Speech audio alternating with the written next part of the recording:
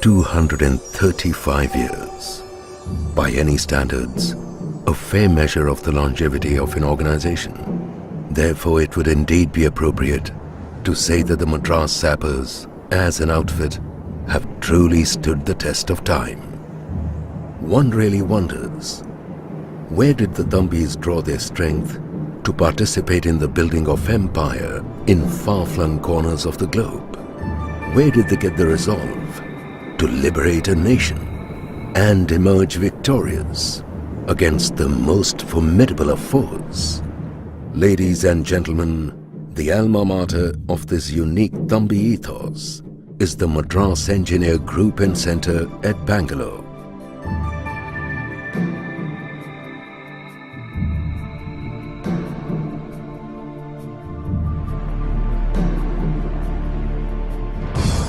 To understand how it all happened, one must take a journey through time. After the British surrender at Yorktown in 1781, some say, Lord Cornwallis left the American colonies in ignominy, determined to redeem his honor in the rolling plains of the Carnatic. The location where his lordship first pitched his tent at the head of his army during the Third Mysore War came to be known as the Assigned Tracts outside Bangalore. Today this area is home to the headquarters and center of the Madras Engineer Group, a sprawling military complex that is located at the axis of Vasai Road and Miani Avenue. Both roads named after victorious battles fought by the Madras Sappers.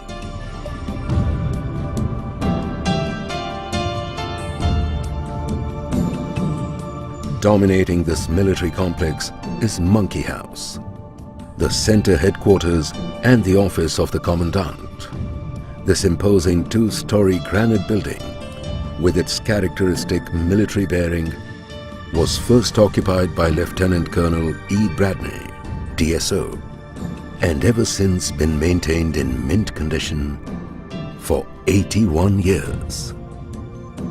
According to Colonel Steedman, it owned the sobriquet Monkey House because in those days monkeys occupying the trees around the building easily outnumbered the people inside. And with no choice, the minority decided to join the majority. On every occasion, whenever one visits Monkey House, one can't help being amazed by the 24/7 spit and polish and a flurry of disciplined activity that bears the hallmark of a well-oiled military machine.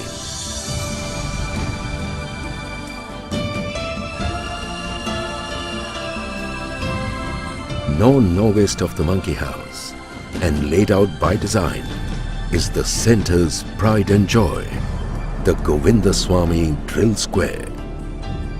Old salts will tell you that it is in the drill square that one can spot real soldiers and future leaders, those imbued with high morale, self-discipline and the ability to respond rather than react to command.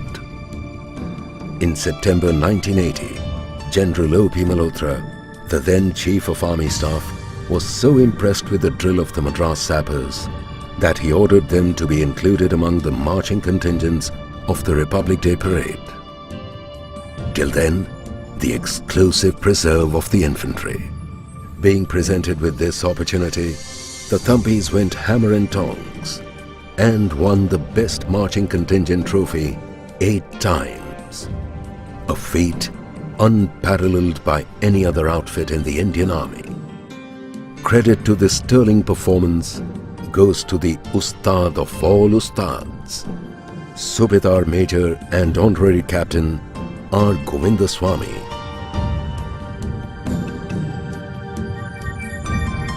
The west end of the drill square is hallowed ground. It houses a historical touchstone, a magnificent 10-ton obelisk. Yes, ladies and gentlemen, the Madras Sapper War Memorial, sited strategically to inspire, a link of the past to the present, and a reminder of sacrifices made and victories paid for in blood. Names and memories of fallen comrades literally set in stone. Mesopotamia, Essai, Malakand, Tira, Tetelkabe, Basanta and Kargil, far-flung fields where the Thambi has chosen to lay down his life rather than show his back to the enemy.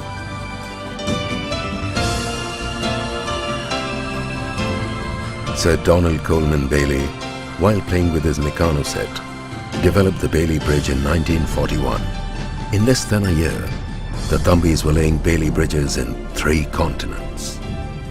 Small wonder that on the disbandment of the rest of the Madras army during the late 19th century, the Madras Sappers was spared by Lord Roberts of Kandahar, Commander-in-Chief.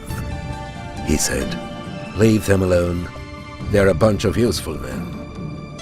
This legacy of ingenuity and innovativeness flourishes even to this day, providing the other fighting arms vital mobility in the 21st century battle scenarios.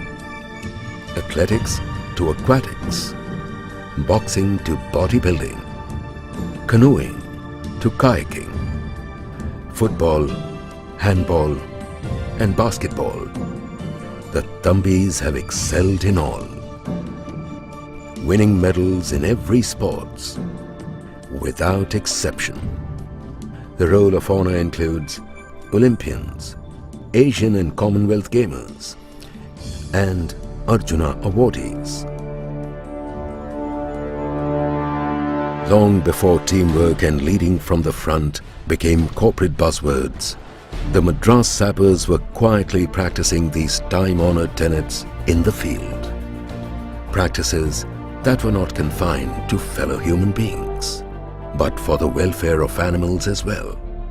The saga of the Grey Mule is a shining example of camaraderie and esprit de corps. In 1921, after a hard-fought campaign, the Madras Sappers were to return to India from Egypt. All mules that were in service were to be disbanded and sold to the Egyptians. Colonel Bassett, then officer commanding 10 Field Company, interceded on behalf of the Grey Mule. Special permission was obtained from the force commander, General and later Field Marshal Sir Philip Chetwood. And the Grey sailed back to Bangalore with the Madras Sappers. Upon her death, the Grey was given a military burial and her hooves encrusted in silver were fashioned into inkwells.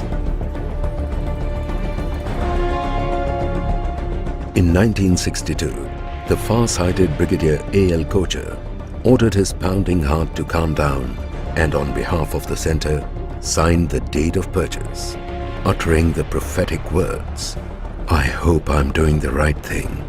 Today, Sapper House is the only privately owned bungalow of a regimental centre and the pride of the Garden City of India. Also, it must be mentioned that the value of the property since purchase has gone up over 100-fold. Innie's Lodge, better known as Sapper House, a symbol of gracious living, reflecting the grandeur of a bygone era. Tiered terraced gardens, Arabica coffee, lychees during season, and a magnificent rain tree complete with its own treehouse. Vying for colors with Sapper House is the Officers' Mess with its magnificent flora, both indigenous and exotic. A treasure house of trees, ranging from the Indian sandalwood to the rare South American sandbox. An avenue of Java figs leading to the bell brought from the Boxer Rebellion. Verdant verandas with hunting trophies. A dining hall to complement the regimental silver. Recreational facilities in a setting that would do a prince proud.